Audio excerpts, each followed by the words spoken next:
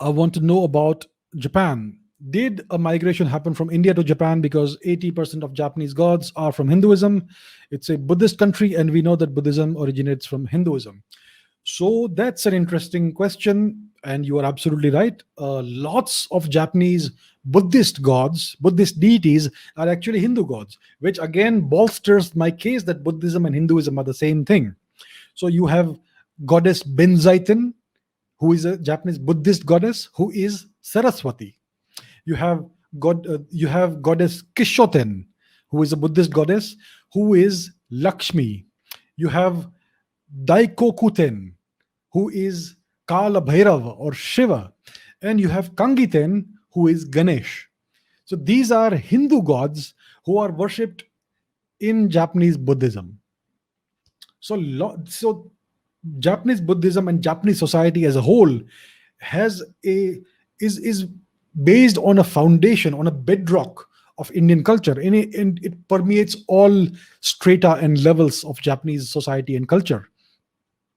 So clearly, there's an enormous amount of Indian culture and influence in Japan, even though it may not be visible to the untrained eye, but it is there. It is very much there. So your question is very valid. Was there a migration from India into Japan?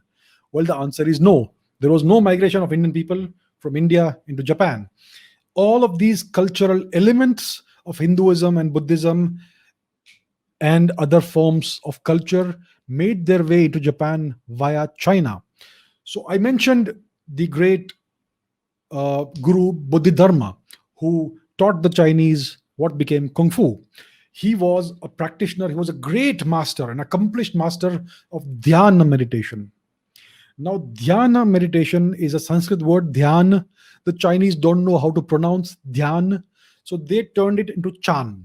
That is the way they were able to pronounce dhyan. So the Chinese practiced Chan Buddhism or Chan meditation, which is Dhyan meditation.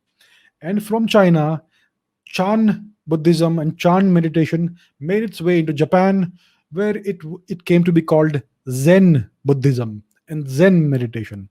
So Japanese Zen is Indian Dhyan. It derives its lineage and origin from India.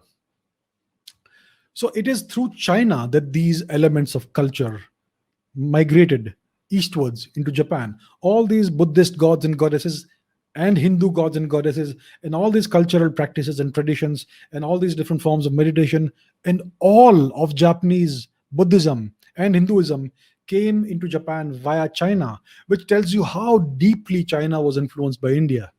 Even today, China is the world's second largest dharmic country and largest Buddhist country, because China is home to at least 200 million practicing Buddhists as of right now, as of today, even though it is officially an atheistic and communist country. So China is the world's largest Buddhist nation even today. And in the past, before the ravages that communism wreaked upon the society, Japan was a very, very, you could say, a dharmic society. It was very deeply influenced by India, despite India never sending a single soldier across the Tibetan border into China. So the Chinese accepted and absorbed and lapped up Indian culture voraciously. They loved it.